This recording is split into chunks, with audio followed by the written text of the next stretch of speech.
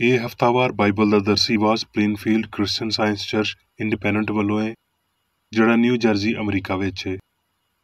ਹੋਰ ਮਾਲੂਮਾਤ ਲਈ ਤੁਸੀਂ ਸਾਡੀ ਵੈਬਸਾਈਟ ਵੇਖੋ www.plainfieldcs.com। ਇਹ ਸਬਕ 10 ਸਤੰਬਰ 2023 ਐਤਵਾਰ ਦੇ ਦਿਨ ਹਫ਼ਤੇ ਦੇ ਅਖੀਰ ਉੱਤੇ ਤੁਹਾਡੇ ਪੜ੍ਹਨ ਲਈ ਤਿਆਰ ਕੀਤਾ ਗਿਆ ਹੈ। ਮਜ਼ਮੂਨ, ਮਵਾਦ, ਸੁਨਹਿਰੀ ਮਤਨ। ਲੂਕਾ। ਪੁੱਤਰ, ਤੂੰ ਤੇ ਹਮੇਸ਼ਾ ਮੇਰੇ ਕੋਲ ਹੈ, ਤੇ ਜੋ ਕੁਝ ਮੇਰਾ ਹੈ ਉਹ ਤੇਰਾ ਹੀ ਹੈ। ਜਵਾਬੀ ਪੜ੍ਹਾਈ। ਮੱਤੀ, ਲੂਕਾ। ਆਓ ਮੇਰੇ ਪਿਓ ਦੇ ਧਨ ਲੋਕੋ, ਜਿਹੜੀ ਬਾਦਸ਼ਾਹੀ ਜਹਾਨ ਦੇ ਬਣਨ ਤੋਂ ਤੁਹਾਡੇ ਲਈ ਤਿਆਰ ਕੀਤੀ ਗਈ ਹੈ, ਉਹ ਮਿਰਾਸ ਵਿੱਚ ਲਓ। ਉਹਦੀ ਬਾਦਸ਼ਾਹੀ ਨੂੰ ਲੱਭਣ ਵਿੱਚ ਰਹੋ, ਕਿਉਂ ਜੇ ਤੁਹਾਡੇ ਪਿਓ ਨੂੰ ਪਸੰਦ ਆਇਆ ਵੀ ਤੁਹਾਨੂੰ ਬਾਦਸ਼ਾਹੀ ਦੇਵੇ। ਇਸ ਲਈ ਤੁਸੀਂ ਇੰਝ ਦੁਆ ਕਰਿਆ ਕਰੋ, ਭਈ ਐ ਸਾਡੇ ਬਾਪ, ਤੂੰ ਜਿਹੜਾ ਅਸਮਾਨ ਉੱਤੇ ਹੈ, ਤੇਰਾ ਨਾਮ ਪਾਕ ਮੰਨਿਆ ਜਾਵੇ, ਤੇਰੀ ਬਾਦਸ਼ਾਹੀ ਆਵੇ, ਤੇਰੀ ਮਰਜ਼ੀ ਜਿਵੇਂ ਅਸਮਾਨ ਉੱਤੇ ਪੂਰੀ ਹੁੰਦੀ ਏ ਧਰਤੀ ਉੱਤੇ ਵੀ ਹੋਵੇ। ਸਾਡੇ ਰੋਜ਼ ਦੀ ਰੋਟੀ ਅੱਜ ਸਾਨੂੰ ਦੇ, ਤੇ ਜਿਵੇਂ ਅਸੀਂ ਆਪਣੇ ਕਰਜ਼ਦਾਰਾਂ ਨੂੰ ਮਾਫ਼ ਕੀਤਾ ਹੈ, ਤੂੰ ਵੀ ਸਾਡੇ ਕਰਜ਼ ਸਾਨੂੰ ਮਾਫ਼ ਕਰ, ਤੇ ਸਾਨੂੰ ਅਜ਼ਮਾਇਸ਼ ਵਿੱਚ ਨਾ ਲਿਆ, ਬਲਕਿ ਬੁਰਾਈ ਤੋਂ ਬਚਾ, ਕਿਉਂ ਜੇ ਬਾਦਸ਼ਾਹੀ ਤੇ ਕੁਦਰਤ ਤੇ ਜਲਾਲ ਹਮੇਸ਼ਾ ਤੇਰੇ ਹੀ ਨੇ। ਆਮੀਨ। ਦਰਸੀ ਵਾਜ਼ ਬਾਈਬਲ ਵਿੱਚੋਂ ਯਸਾਇਆ। ਕਿਉਂ ਜੇ ਸ਼ੁਰੂ ਤੋਂ ਹੀ ਨਾ ਕਿਸੇ ਨੇ ਸੁਣਿਆ ਤੇ ਨਾ ਕਿਸੇ ਦੇ ਕੰਨ ਤਿਕਰ ਅਪੜਿਆ, ਤੇ ਅੱਖੀਆਂ ਨੇ ਤੇਰੇ ਸਿਵਾ ਕਿਸੇ ਅਜਿਹੇ ਰੱਬ ਨੂੰ ਵੇਖਿਆ, ਜਿਹੜਾ ਆਪਣੀ ਉਡੀਕ ਕਰਨ ਵਾਲੇ ਲਈ ਕੁਝ ਕਰਕੇ ਵਿਖਾਵੇ। ਫਿਰ ਵੀ ਐ ਖੁਦਾਵੰਦ, ਤੂੰ ਸਾਡਾ ਪਿਓ ਹੈ, ਅਸੀਂ ਮਿੱਟੀ ਹਾਂ ਤੇ ਤੂੰ ਸਾਡਾ ਕੁਮਾਰ ਹੈ, ਤੇ ਅਸੀਂ ਸਾਰੇ ਦੇ ਸਾਰੇ ਤੇਰੀ ਦਸਤਕਾਰੀ ਹਾਂ। ਜ਼ਬੂਰ। ਮੈਂ ਤੇਰਾ ਸ਼ੁਕਰ ਕਰਾਂਗਾ, ਕਿਉਂ ਜੇ ਮੈਂ ਅਜੀਬ ਤਰੀਕੇ ਨਾਲ ਬਣਿਆ ਵਾਂ। ਤੇਰੇ ਕੰਮ ਹੈਰਾਨ ਕਰਨ ਵਾਲੇ ਨੇ, ਮੇਰਾ ਦਿਲ ਇਹ ਚੰਗੀ ਤਰ੍ਹਾਂ ਜਾਣਦਾ ਏ। ਜਦ ਮੈਂ ਪੋਸ਼ੀਦਗੀ ਵਿੱਚ ਬਣ ਰਿਹਾ ਸੀ ਤੇ ਧਰਤੀ ਦੇ ਅਸਫਲ ਵਿੱਚ ਅਜੀਬ ਤਰੀਕੇ ਨਾਲ ਮੁਰਤਬ ਹੋ ਰਿਹਾ ਸੀ, ਤੇ ਮੇਰਾ ਕਲਬ ਤੇਥੋਂ ਲੁਕਿਆ ਨਹੀਂ ਸੀ। ਤੇਰੀਆਂ ਅੱਖੀਆਂ ਨੇ ਮੇਰੇ ਬੇਤਰਤੀਬ ਮਾਦੇ ਨੂੰ ਵੇਖਿਆ। ਐ ਰੱਬਾ, ਤੂੰ ਮੈਨੂੰ ਜਾਂਚ ਤੇ ਮੇਰੇ ਦਿਲ ਨੂੰ ਪਛਾਣ, ਮੈਨੂੰ ਅਜ਼ਮਾ ਤੇ ਮੇਰੇ ਖਿਆਲਾਂ ਨੂੰ ਜਾਣ ਲੈ, ਤੇ ਵੇਖ ਪਈ ਮੇਰੇ ਵਿੱਚ ਕੋਈ ਭੈੜੀ ਆਦਤ ਤੇ ਨਹੀਂ, ਤੇ ਮੈਨੂੰ ਹਮੇਸ਼ਾ ਦੀ ਰਾਹ ਉੱਤੇ ਲੈ ਚੱਲ। ਲੂਕਾ। ਫਿਰ ਯਿਸੂ ਰੂਹ ਦੀ ਕੂਵਤ ਨਾਲ ਭਰਿਆ ਹੋਇਆ ਗਲੀਲ ਨੂੰ ਪਰਤਿਆ, ਤੇ ਸਾਰੇ ਆਲ ਦੁਆਲ ਵਿੱਚ ਉਹਦੀ ਸ਼ੋਹਰਤ ਫੈਲ ਗਈ। ਲੂਕਾ। ਜਦ ਉਹ ਸ਼ਹਿਰ ਵਿੱਚ ਸੀ, ਤੇ ਵੇਖੋ ਇੱਕ ਕੋਟ ਨਾਲ ਭਰਿਆ ਹੋਇਆ ਬੰਦਾ ਯਿਸੂ ਨੂੰ ਵੇਖ ਕੇ ਮੂੰਹ ਭਰਨੇ ਡਿੱਗਿਆ, ਤੇ ਉਹਦੀ ਮਿੰਨਤ ਕਰਕੇ ਆਖਣ ਲੱਗਿਆ, ਐ ਖੁਦਾਵੰਦ, ਜੇ ਤੂੰ ਚਾਹਵੇਂ ਤਾਂ ਮੈਨੂੰ ਪਾਕ ਸਾਫ਼ ਕਰ ਸਕਦਾ ਹੈ। ਉਹਨੇ ਉਹਨੂੰ ਹੱਥ ਵਧਾ ਕੇ ਛੂਹਿਆ ਤੇ ਆਖਿਆ, ਮੈਂ ਚਾਹੁੰਦਾ ਵਾਂ ਵੀ ਤੂੰ ਪਾਕ ਸਾਫ਼ ਹੋ ਜਾ, ਤੇ ਫੌਰਨ ਉਹਦਾ ਕੋੜ ਮੁੱਕ ਗਿਆ। ਲੂਕਾ। ਸਾਰੇ ਮਹਿਸੂਲ ਲੈਣ ਵਾਲੇ ਤੇ ਪਾਪੀ ਉਹਦੇ ਕੋਲ ਆਉਂਦੇ ਸੀ ਤਾਂ ਜੋ ਉਹਦੀਆਂ ਗੱਲਾਂ ਸੁਣਨ। ਫਿਰ ਉਹਨੇ ਆਖਿਆ, ਕਿਸੇ ਬੰਦੇ ਦੇ 2 ਪੁੱਤਰ ਸੀ। ਉਹਨਾਂ ਵਿੱਚੋਂ ਨਿੱਕੇ ਨੇ ਪਿਓ ਨੂੰ ਆਖਿਆ, ਐ ਬਾਪ, ਮਾਲ ਦਾ ਜਿਹੜਾ ਹਿੱਸਾ ਮੈਨੂੰ ਪਹੁੰਚਦਾ ਏ, ਮੈਨੂੰ ਦੇ ਦੇ। ਉਹਨੇ ਆਪਣਾ ਮਾਲ ਮਤਾ ਉਹਨਾਂ ਨੂੰ ਵੰਡ ਦਿੱਤਾ। ਤੇ ਬਹੁਤ ਦਿਨ ਨਹੀਂ ਲੰਘੇ ਸੀ, ਭਈ ਨਿੱਕਾ ਪੁੱਤਰ ਸਭ ਕੁਝ ਜਮ੍ਹਾਂ ਕਰਕੇ ਦੂਰ ਦਰਾਜ਼ ਦੇਸ਼ ਨੂੰ ਰਵਾਨਾ ਹੋਇਆ, ਤੇ ਉੱਥੇ ਆਪਣਾ ਮਾਲ ਬਦ ਚੱਲਣੀ ਵਿੱਚ ਉਡਾ ਦਿੱਤਾ। ਫਿਰ ਉਹਨੇ ਹੋਸ਼ ਵਿੱਚ ਆ ਕੇ ਆਖਿਆ, ਮੇਰੇ ਪਿਓ ਦੇ ਬਹੁਤ ਸਾਰੇ ਮਜ਼ਦੂਰਾਂ ਨੂੰ ਅਫਰਾਤ ਨਾਲ ਰੋਟੀ ਮਿਲਦੀ ਏ, ਤੇ ਮੈਂ ਇੱਥੇ ਭੁੱਖਾ ਮਰ ਰਿਹਾ ਵਾਂ। ਮੈਂ ਉੱਠ ਕੇ ਆਪਣੇ ਪਿਓ ਦੇ ਕੋਲ ਜਾਵਾਂਗਾ ਤੇ ਉਹਨੂੰ ਆਖਾਂਗਾ, ਐ ਬਾਪ, ਮੈਂ ਅਸਮਾਨ ਦਾ ਤੇ ਤੇਰੀ ਨਜ਼ਰ ਵਿੱਚ ਪਾਪੀ ਹਾਂ। ਹੁਣ ਇਸ ਲਾਇਕ ਨਹੀਂ ਰਿਹਾ ਭਈ ਫਿਰ ਤੇਰਾ ਪੁੱਤਰ ਰਖਵਾਵਾਂ। ਮੈਨੂੰ ਆਪਣੇ ਮਜ਼ਦੂਰਾਂ ਵਰਗਾ ਕਰ ਲੈ। ਤੇ ਉਹ ਉੱਠ ਕੇ ਆਪਣੇ ਪਿਓ ਦੇ ਕੋਲ ਗਿਆ।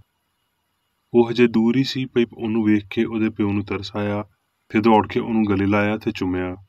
ਪੁੱਤਰ ਨੇ ਉਹਨੂੰ ਆਖਿਆ, ਐ ਬਾਪ, ਮੈਂ ਅਸਮਾਨ ਦਾ ਤੇ ਤੇਰੀ ਨਜ਼ਰ ਵਿੱਚ ਪਾਪੀ ਹਾਂ। ਹੁਣ ਇਸ ਲਾਇਕ ਨਹੀਂ ਰਿਹਾ ਵੀ ਤੇਰਾ ਪੁੱਤਰ ਰਖਵਾਵਾਂ। ਪਿਓ ਨੇ ਆਪਣੇ ਨੌਕਰਾਂ ਨੂੰ ਆਖਿਆ, ਚੰਗੇ ਤੋਂ ਚੰਗਾ ਲਿਬਾਸ ਜਲਦੀ ਨਾਲ ਕੱਢ ਕੇ ਉਹਨੂੰ ਪਾਓ, ਤੇ ਉਹਦੇ ਹੱਥ ਵਿੱਚ ਅੰਗੂਠੀ ਤੇ ਪੈਰਾਂ ਵਿੱਚ ਜੁੱਤੀ ਪਾਓ, ਕਿਉਂ ਜੇ ਮੇਰਾ ਇਹ ਪੁੱਤਰ ਮੁਰਦਾ ਸੀ, ਹੁਣ ਜ਼ਿੰਦਾ ਹੋਇਆ, ਗਵਾਚ ਗਿਆ ਸੀ, ਹੁਣ ਮਿਲਿਆ ਹੈ। ਯੂਹੰਨਾ। ਤੇ ਰੱਬ ਦਾ ਪਿਆਰ ਇਹ ਹੈ, ਤੇ ਸਾਨੂੰ ਜਿਹੜੀ ਉਹਦੇ ਸਾਹਮਣੇ ਦਲੇਰੀ ਏ, ਉਹਦੀ ਵਜ੍ਹਾ ਇਹ ਹੈ ਵੀ ਜੇ ਉਹਦੀ ਮਰਜ਼ੀ ਦੇ ਮੁਤਾਬਕ ਕੁਝ ਮੰਗਦੇ ਹਾਂ ਤੇ ਉਹ ਸਾਡੀ ਸੁਣਦਾ ਏ। ਅਸੀਂ ਜਾਣਦੇ ਹਾਂ ਵੀ ਅਸੀਂ ਰੱਬ ਤੋਂ ਹਾਂ ਤੇ ਸਾਰਾ ਜੱਗ ਉਸ ਸਰੀਰ ਦੇ ਕਬਜ਼ੇ ਵਿੱਚ ਪਿਆ ਹੋਇਆ ਹੈ। ਤੇ ਇਹ ਵੀ ਜਾਣਦੇ ਹਾਂ ਵੀ ਰੱਬ ਦਾ ਪੁੱਤਰ ਆ ਗਿਆ ਹੈ ਤੇ ਉਹਨੇ ਸਾਨੂੰ ਸਮਝ ਦਿੱਤੀ ਹੈ ਤਾਂ ਜੋ ਉਹਨੂੰ ਜਿਹੜਾ ਅਸਲੀ ਹੈ ਜਾਣੀਏ ਤੇ ਅਸੀਂ ਉਹਦੇ ਵਿੱਚ ਜਿਹੜਾ ਅਸਲੀ ਹੈ ਯਾਨੀ ਉਹਦੇ ਪੁੱਤਰ ਖੁਦਾਵੰਦ ਯਿਸੂ ਮਸੀਹ ਵਿੱਚ ਹਾਂ। ਅਸਲੀ ਰੱਬ ਤੇ ਹਮੇਸ਼ਾ ਦੀ ਹਯਾਤੀ ਇਹੀ ਹੈ। ਯੋਹੰਨਾ। ਫਿਰ ਜਦ ਸ਼ਾਮ ਹੋਈ ਤੇ ਉਹਦੇ ਚੇਲੇ ਝੀਲ ਦੇ ਕੰਢੇ ਉੱਤੇ ਗਏ ਤੇ ਕਸ਼ਤੀ ਵਿੱਚ ਬੈਠ ਕੇ ਝੀਲ ਦੇ ਪਾਰ ਕਫਰਨਹੂਮ ਨੂੰ ਜਾਂਦੇ ਸੀ। ਉਸ ਵੇਲੇ ਹਨੇਰਾ ਹੋ ਗਿਆ ਸੀ ਤੇ ਯਿਸੂ ਹਲੇ ਤੀਕਰ ਉਹਨਾਂ ਦੇ ਕੋਲ ਨਹੀਂ ਸੀ ਆਇਆ। ਇਸ ਲਈ ਜਦ ਉਹ ਵਗਦੇ ਵਗਦੇ 3-4 ਮੀਲ ਦੂਰ ਨਿਕਲ ਗਏ ਤੇ ਉਹਨਾਂ ਨੇ ਯਿਸੂ ਨੂੰ ਝੀਲ ਉੱਤੇ ਟੁਰਦਿਆਂ ਤੇ ਕਸ਼ਤੀ ਦੇ ਨੇੜੇ ਆਉਂਦਿਆਂ ਵੇਖਿਆ ਤੇ ਡਰ ਗਏ। ਪਰ ਉਹਨੇ ਉਹਨਾਂ ਨੂੰ ਆਖਿਆ, ਮੈਂ ਵਾਂ, ਡਰੋ ਨਾ। ਇਸ ਲਈ ਜਦ ਜੱਥੇ ਨੇ ਵੇਖਿਆ ਵੀ ਨਾ ਯਿਸੂ ਹੈ ਤੇ ਨਾ ਉਹਦੇ ਚੇਲੇ, ਤੇ ਉਹ ਆਪਣੀਆਂ ਨਿੱਕੀਆਂ ਕਸ਼ਤੀਆਂ ਵਿੱਚ ਬੈਠ ਕੇ ਯਿਸੂ ਨੂੰ ਲੱਭਣ ਲਈ ਕਫਰਨਹੂਮ ਨੂੰ ਆਏ। ਯਿਸੂ ਨੇ ਉਹਨਾਂ ਦੇ ਜਵਾਬ ਵਿੱਚ ਆਖਿਆ, ਮੈਂ ਤੁਹਾਨੂੰ ਸੱਚ ਆਖਦਾ ਵਾਂ ਵੀ ਤੁਸੀਂ ਮੈਨੂੰ ਇਸ ਲਈ ਨਹੀਂ ਲੱਭਦੇ ਵੀ ਮੁਅਜਜ਼ੇ ਵੇਖੇ, ਬਲਕਿ ਇਸ ਲਈ ਵੀ ਰੋਟੀਆਂ ਖਾ ਕੇ ਰੱਜੇ। ਫਾਨੀ ਖੁਰਾਕ ਲਈ ਮਿਹਨਤ ਨਾ ਕਰੋ, ਉਸ ਖੁਰਾਕ ਲਈ ਜਿਹੜੀ ਹਮੇਸ਼ਾ ਦੀ ਹਯਾਤੀ ਤੀਕਰ ਬਰਕਰਾਰ ਰਹਿੰਦੀ ਏ, ਜਿਹਨੂੰ ਇਬਨ ਆਦਮ ਤੁਹਾਨੂੰ ਦੇਵੇਗਾ, ਕਿਉਂ ਜੇ ਪਿਓ ਯਾਨੀ ਰੱਬ ਨੇ ਉਹਦੇ ਉੱਤੇ ਮੋਹਰ ਲਾਈ ਏ। ਤੇ ਉਹਨਾਂ ਨੇ ਉਹਨੂੰ ਆਖਿਆ, ਅਸੀਂ ਕੀ ਕਰੀਏ ਤਾਂ ਜੋ ਰੱਬ ਦੇ ਕੰਮ ਪੂਰੇ ਕਰੀਏ। ਯਿਸੂ ਨੇ ਜਵਾਬ ਵਿੱਚ ਉਹਨਾਂ ਨੂੰ ਆਖਿਆ ਵੀ ਰੱਬ ਦਾ ਕੰਮ ਇਹ ਹੈ ਵੀ ਜਿਹਨੂੰ ਉਹਨੇ ਘੱਲਿਆ ਏ ਉਹਦੇ ਉੱਤੇ ਈਮਾਨ ਲਿਆਓ, ਕਿਉਂ ਜੇ ਰੱਬ ਦੀ ਰੋਟੀ ਉਹੀ ਏ ਜਿਹੜੀ ਅਸਮਾਨ ਤੋਂ ਉਤਰ ਕੇ ਜੱਗ ਨੂੰ ਹਯਾਤੀ ਦਿੰਦੀ ਏ। ਉਹਨਾਂ ਨੇ ਉਹਨੂੰ ਆਖਿਆ, ਐ ਰੱਬਾ, ਇਹ ਰੋਟੀ ਸਾਨੂੰ ਹਮੇਸ਼ਾ ਦਿਆ ਕਰ। ਯਰਮੀਆ। ਖੁਦਾਵੰਦ ਪੁਰਾਣੇ ਜ਼ਮਾਨੇ ਤੋਂ ਮੇਰੇ ਉੱਤੇ ਜ਼ਾਹਿਰ ਹੋਇਆ ਤੇ ਆਖਿਆ ਵੀ ਮੈਂ ਤੇਰੇ ਨਾਲ ਹਮੇਸ਼ਾ ਦਾ ਪਿਆਰ ਰੱਖਿਆ ਏ, ਇਸੇ ਲਈ ਮੈਂ ਆਪਣੀ ਸ਼ਫਕਤ ਤੇਰੇ ਉੱਤੇ ਵਧਾਈ, ਕਿਉਂ ਜੇ ਖੁਦਾਵੰਦ ਨੇ ਯਾਕੂਬ ਦਾ ਫਿਦਿਆ ਦਿੱਤਾ ਏ ਤੇ ਉਹਨੂੰ ਉਹਦੇ ਹੱਥੋਂ ਜਿਹੜਾ ਉਹਦੇ ਤੋਂ ਜ਼ੋਰ ਵਾਲਾ ਸੀ ਰਿਹਾਈ ਦਿੱਤੀ।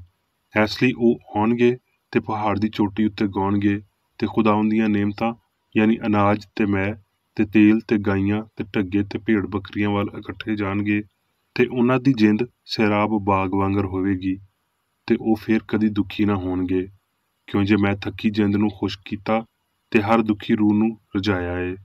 ਖੁਦਾਵੰਦ ਆਖਦਾ ਏ ਵੀ ਉਹਨਾਂ ਦਿਨਾਂ ਦੇ ਬਾਅਦੋਂ ਮੈਂ ਆਪਣੀ ਸ਼ਰੀਅਤ ਉਹਨਾਂ ਦੇ ਦਿਲਾਂ ਵਿੱਚ ਰੱਖਾਂਗਾ ਤੇ ਉਹਨਾਂ ਦੇ ਦਿਲ ਉੱਤੇ ਉਹਨੂੰ ਲਿਖਾਂਗਾ ਤੇ ਮੈਂ ਉਹਨਾਂ ਦਾ ਰੱਬ ਹੋਵਾਂਗਾ ਤੇ ਉਹ ਮੇਰੇ ਲੋਕੀ ਹੋਣਗੇ। ਤੇ ਉਹ ਫਿਰ ਆਪਣੇ ਆਪਣੇ ਗਵਾਂਢੀ ਤੇ ਆਪਣੇ ਆਪਣੇ ਭਰਾ ਨੂੰ ਇਹ ਆਖ ਕੇ ਤਾਲੀਮ ਨਾ ਦੇਣਗੇ ਵੀ ਖੁਦਾਵੰਦ ਨੂੰ ਪਛਾਣੋ, ਕਿਉਂ ਜੇ ਨਿੱਕੇ ਤੋਂ ਵੱਡੇ ਤੀਕਰ ਉਹ ਸਾਰੇ ਮੈਨੂੰ ਜਾਣਨਗੇ। ਖੁਦਾਵੰਦ ਆਖਦਾ ਏ, ਇਸ ਲਈ ਵੀ ਮੈਂ ਉਹਨਾਂ ਦੀ ਬਦਕਿਰਦਾਰੀ ਨੂੰ ਬਖਸ਼ ਦੇਵਾਂਗਾ ਤੇ ਉਹਨਾਂ ਦੇ ਪਾਪ ਨੂੰ ਯਾਦ ਨਾ ਕਰਾਂਗਾ। ਹੁਣ ਮੈਂ ਮੇਰੀ ਬੇਕਰ ਰੈਡੀ ਦੀ ਲਿਖੀ ਹੋਈ ਕ੍ਰਿਸਚਨ ਸਾਇੰਸ ਦੀ ਦਰਸੀ ਕਿਤਾਬ ਸਾਇੰਸ ਤੇ ਸਿਹਤ ਆਇਤਾਂ ਦੀ ਕੁੰਜੀ ਦੇ ਨਾਲ ਵਿੱਚੋਂ ਲਈਆਂ ਹੋਈਆਂ ਲਿਖਾਈਆਂ ਪੜਾਂਗਾ। ਸਾਇੰਸ ਤੇ ਸਿਹਤ। ਰੱਬ ਲਾਮਹਿਦੂਦ, ਕੱਲਾ ਹਯਾਤੀ, ਮਵਾਦ, ਰੂਹ ਜਾਂ ਜਿੰਦ ਇਨਸਾਨ ਨੂੰ ਸ਼ਾਮਲ ਕਰਕੇ ਸੰਸਾਰ ਦੀ ਕੱਲਾ ਜ਼ਹਾਨਤ ਏ। ਅੱਖ ਨੇ ਨਾ ਰੱਬ ਨੂੰ ਵੇਖਿਆ ਏ ਤੇ ਨਾ ਉਹਦੀ ਸ਼ਬੀਹ ਤੇ ਸੂਰਤ ਨੂੰ। ਨਾ ਤੇ ਰੱਬ ਤੇ ਨਾ ਹੀ ਕਾਮਲ ਇਨਸਾਨ ਮਾਦੀ ਹਿੱਸਾਂ ਦੇ ਪਾਰੋਂ ਜਾਣੇ ਜਾ ਸਕਦੇ ਨੇ। ਰੂਹ ਜਾਂ ਲਾਮਹਿਦੂਦ ਦੀ ਇਨਫਰਾਦੀਅਤ ਨਾਮਾਲੂਮ ਏ ਤੇ ਇਸੇ ਲਈ ਇਹਦਾ ਇਲਮ ਇਨਸਾਨੀ ਟੇਵੇ ਜਾਂ ਇਲਾਹੀ ਸਾਇੰਸ ਦੇ ਇਲਹਾਮ ਉੱਤੇ ਛੱਡ ਦਿੱਤਾ ਜਾਂਦਾ ਏ। ਉਹ ਸਾਇੰਸ ਜਿਹਦੀ ਤਾਲੀਮ ਯਿਸੂ ਨੇ ਦਿੱਤੀ ਤੇ ਉਹਦੇ ਉੱਤੇ ਹਯਾਤੀ ਲੰਘਾਈ, ਉਹਨੂੰ ਹਯਾਤੀ, ਮਵਾਦ ਤੇ ਜ਼ਹਾਨਤ ਦੇ ਬਾਰੇ ਸਾਰੇ ਮਾਦੀ ਅਕੀਦਿਆਂ ਉੱਤੇ ਤੇ ਅਜਿਹੇ ਅਕੀਦਿਆਂ ਤੋਂ ਫਰੋਗ ਪਾਉਣ ਲਈ ਬਹੁਤ ਸਾਰੀ ਗਲਤੀਆਂ ਉੱਤੇ ਫਤਿਹਮੰਦ ਹੋਣਾ ਚਾਹੀਦਾ ਹੈ। ਮੁਹੱਬਤ ਨੂੰ ਨਫ਼ਰਤ ਉੱਤੇ ਹਮੇਸ਼ਾ ਫਤਿਹਮੰਦ ਹੋਣਾ ਚਾਹੀਦਾ ਹੈ। ਇਸ ਤੋਂ ਪਹਿਲਾਂ ਵੀ ਕੰਡਿਆਂ ਨੂੰ ਤਾਜ ਬਣਾਉਣ ਲਈ ਚੁਣਿਆ ਜਾਵੇ ਤੇ ਰੂਹ ਦੀ ਬਰਤਰੀ ਨੂੰ ਜ਼ਾਹਰ ਕੀਤਾ ਜਾਵੇ। ਸੱਚਾਈ ਤੇ ਹਯਾਤੀ ਨੂੰ ਗਲਤੀ ਤੇ ਮੌਤ ਉੱਤੇ ਫਤਿਹ ਦੀ ਮੋਹਰ ਲਾ ਦੇਣੀ ਚਾਹੀਦੀ ਏ। ਦੁਆਏ ਖੈਰ ਆਖਦੀ ਏ, ਐ ਇੱਕ ਚੰਗੇ ਤੇ ਵਫਾਦਾਰ ਖਾਦਮ, ਤੂੰ ਬਹੁਤ ਚੰਗਾ ਕੰਮ ਕੀਤਾ। ਊਂਠ ਦਾ ਸੂਈ ਦੇ ਨੱਕੇ ਵਿੱਚੋਂ ਨਿਕਲ ਜਾਣਾ ਸੌਖਾ ਏ, ਇਹਦੇ ਤੋਂ ਵੀ ਪਾਪੀ ਅਕੀਦੇ ਅਸਮਾਨ ਦੀ ਬਾਦਸ਼ਾਹੀ ਅਬਦੀ ਹਮਾਹਗੀ ਵਿੱਚ ਵੜਨ। ਮਾਫੀ, ਰੂਹਾਨੀ ਬਪਤਿਸਮਾ ਤੇ ਨਵੇਂ ਪੈਦਾਇਸ਼ ਦੇ ਰਾਹੀਂ ਇਨਸਾਨ ਆਪਣੇ ਲਾਫਾਨੀ ਅਕੀਦਿਆਂ ਤੇ ਝੂਠੀ ਇਨਫਰਾਦੀਅਤ ਨੂੰ ਲਾ ਕੇ ਸੁੱਟ ਦਿੰਦੇ ਨੇ। ਇਹ ਬਸ ਵੇਲੇ ਦੀ ਗੱਲ ਏ ਵੀ ਨਿੱਕੇ ਤੋਂ ਲੈ ਕੇ ਵੱਡੇ ਤੀਕਰ ਸਾਰੇ ਮੈਨੂੰ, ਰੱਬ ਨੂੰ ਜਾਣਨਗੇ। ਅਸਮਾਨ ਉੱਤੇ ਜਾਣ ਦੀ ਕੱਲੀ ਰਾਹ ਹਮਾਹਗੀ ਏ ਤੇ ਮਸੀਹ ਇਲਾਹੀ ਸਾਇੰਸ ਵਿੱਚ ਸਾਨੂੰ ਇਹ ਰਾਹ ਵਿਖਾਉਂਦਾ ਏ।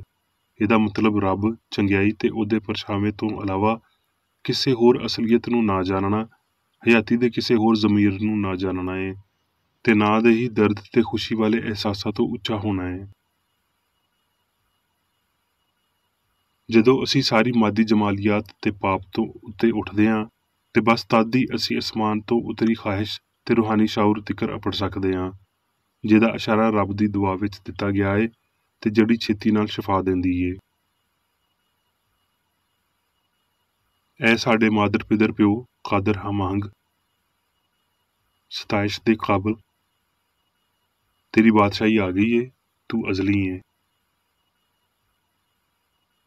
ਜਿਵੇਂ ਅਸਮਾਨ ਉੱਤੇ ਹੈ, ਧਰਤੀ ਉੱਤੇ ਵੀ ਸਾਨੂੰ ਇਹ ਜਾਣਨ ਦੇ ਕਾਬਲ ਬਣਾ ਭਈ ਰੱਬ ਕਾਦਰ ਮੁਤਲਕ ਆਲਾ ਏ। ਅੱਜ ਲਈ ਸਾਨੂੰ ਫਜ਼ਲ ਦੇ ਪਿਆਰ ਦੇ ਭੁੱਖਿਆਂ ਨੂੰ ਰਜਾ ਤੇ ਪਿਆਰ ਪਿਆਰ ਵਿੱਚ ਮੁਨਕਸ ਹੁੰਦਾ ਏ। ਤੇ ਰੱਬ ਸਾਨੂੰ ਅਜ਼ਮਾਇਸ਼ ਵਿੱਚ ਨਹੀਂ ਪਾਉਂਦਾ, ਬਲਕਿ ਸਾਨੂੰ ਪਾਪ, ਬਿਮਾਰੀ ਤੇ ਮੌਤ ਤੋਂ ਬਚਾਉਂਦਾ ਏ। ਕਿਉਂ ਜੇ ਰੱਬ ਲਾਮਹਿਦੂਦ, ਕਾਦਰ ਮੁਤਲਕ, ਪੂਰੀ ਹਯਾਤੀ, ਸੱਚਾਈ, ਪਿਆਰ ਹਰ ਇੱਕ ਉੱਤੇ ਤੇ ਸਾਰੇ ਉੱਤੇ ਹਾਕਮ ਏ।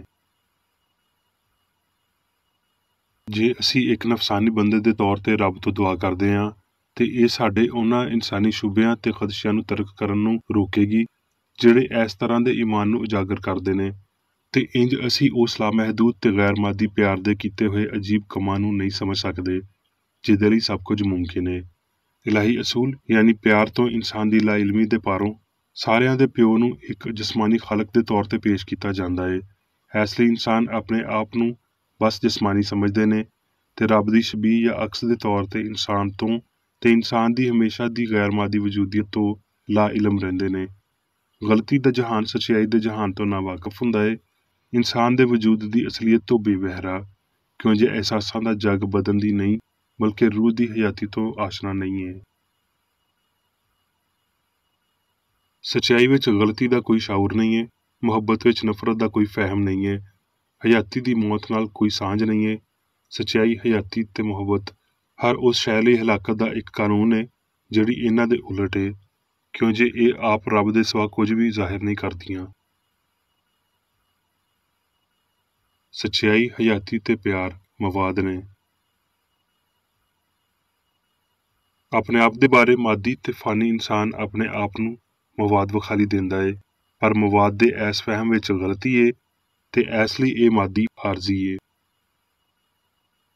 ਦੂਜੇ ਪਾਸੇ ਲਾਫਾਨੀ ਰੂਹਾਨੀ ਇਨਸਾਨ ਅਸਲੀ ਜ਼ਾਤ ਏ ਤੇ ਇਹ ਅਬਦੀ ਮਵਾਦ ਜਾਂ ਰੂਹ ਦੇ ਬਾਰੇ ਗੌਰ ਕਰਦਾ ਏ ਜਿਹਦੀ ਬਸ਼ਰ ਆਸ ਰੱਖਦੇ ਨੇ। ਉਹ ਉਸ ਇਲਾਹੀ ਉੱਤੇ ਗੌਰ ਕਰਦਾ ਏ ਜਿਹੜਾ ਵਾਹਦ, ਅਸਲੀ ਤੇ ਅਬਦੀ ਅਲੂਹੀਅਤ ਜਾਰੀ ਰੱਖਦਾ ਏ। ਇਹ ਫਿਕਰ ਫਾਨੀ ਫਹਿਮ ਲਈ ਗੈਰ ਵਾਜ਼ਿਹ ਵਿਖਾਲੀ ਦਿੰਦੀ ਏ, ਕਿਉਂ ਜੇ ਰੂਹਾਨੀ ਇਨਸਾਨ ਦੀ ਅਸਲੀਅਤ ਇਨਸਾਨੀ ਬਸੀਰਤ ਨੂੰ ਵਾਜ਼ਿਹ ਕਰਦੀ ਏ ਤੇ ਇਹ ਬਸ ਇਲਾਹੀ ਸਾਇੰਸ ਦੇ ਰਾਹੀਂ ਜ਼ਾਹਿਰ ਕੀਤੀ ਜਾਂਦੀ ਏ। ਜਿਵੇਂ ਭਈ ਰੱਬ ਅਸਲ ਏ ਤੇ ਇਨਸਾਨ ਇਲਾਹੀ ਸ਼ਕਲੋ ਸੂਰਤ ਏ ਤੇ ਇਨਸਾਨ ਨੂੰ ਸਿਰਫ ਚੰਗਿਆਈ ਦੇ ਅਸਲ, ਰੂਹ ਦੇ ਅਸਲ ਨਾ ਭਈ ਮਾਦੇ ਦੀ ਖਾਹਿਸ਼ ਰੱਖਣੀ ਚਾਹੀਦੀ ਏ ਤੇ ਹਕੀਕਤ ਵਿੱਚ ਇੰਜ ਹੀ ਹੋਇਆ ਏ। ਇਸ ਤਨਾਸਬ ਵਿੱਚ ਭਈ ਇਨਸਾਨੀ ਫਹਿਮ ਲਈ ਜਦ ਮਾਦਾ ਇਨਸਾਨ ਦੇ ਤੌਰ ਤੇ ਸਾਰੀ ਹਸਤੀ ਗਵਾ ਦਿੰਦਾ ਏ ਤੇ ਇਸੇ ਤਨਾਸਬ ਵਿੱਚ ਉਹ ਇਹਦਾ ਮਾਲਕ ਬਣ ਜਾਂਦਾ ਏ, ਉਹ ਅਸਲੀਅਤਾਂ ਦੇ ਹੋਰ ਇਲਾਹੀ ਫਹਿਮ ਵਿੱਚ ਵੜ ਜਾਂਦਾ ਏ ਤੇ ਉਹ ਯਸੂ ਦੀ ਇਲਾਹੀਅਤ ਨੂੰ ਸਮਝਦਾ ਏ ਜਦ ਇਹ ਬਿਮਾਰ ਨੂੰ ਸ਼ਿਫਾ ਦੇਣ, ਮੁਰਦੇ ਨੂੰ ਜਿਉਂਦਾ ਕਰਨ ਤੇ ਪਾਣੀ ਉੱਤੇ ਟੁਰਨ ਨਾਲ ਜ਼ਾਹਿਰ ਹੋਈ। ਇਹਨਾਂ ਸਾਰੇ ਕੰਮਾਂ ਨੇ ਇਸ ਅਕੀਦੇ ਉੱਤੇ ਯਸੂ ਦੇ ਇਖਤਿਆਰ ਨੂੰ ਜ਼ਾਹਿਰ ਕੀਤਾ ਭਈ ਮਾਦਾ ਮਵਾਦ ਏ, ਭਈ ਇਹ ਹਯਾਤੀ ਦਾ ਸਾਲਸੀ ਜਾਂ ਵਜੂਦੀਅਤ ਦੀ ਕਿਸੇ ਵੀ ਸ਼ਕਲ ਨੂੰ ਬਣਾਉਣ ਵਾਲਾ ਹੋ ਸਕਦਾ ਹੈ।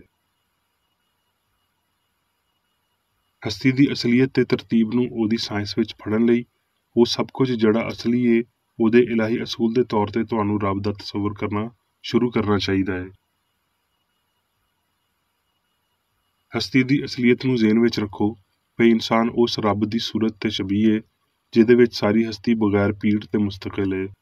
ਯਾਦ ਰੱਖੋ ਭਈ ਇਨਸਾਨ ਦੀ ਕਾਮਲੀਅਤ ਅਸਲੀ ਤੇ ਨਾਕਾਬਲੇ ਇਲਜ਼ਾਮ ਏ,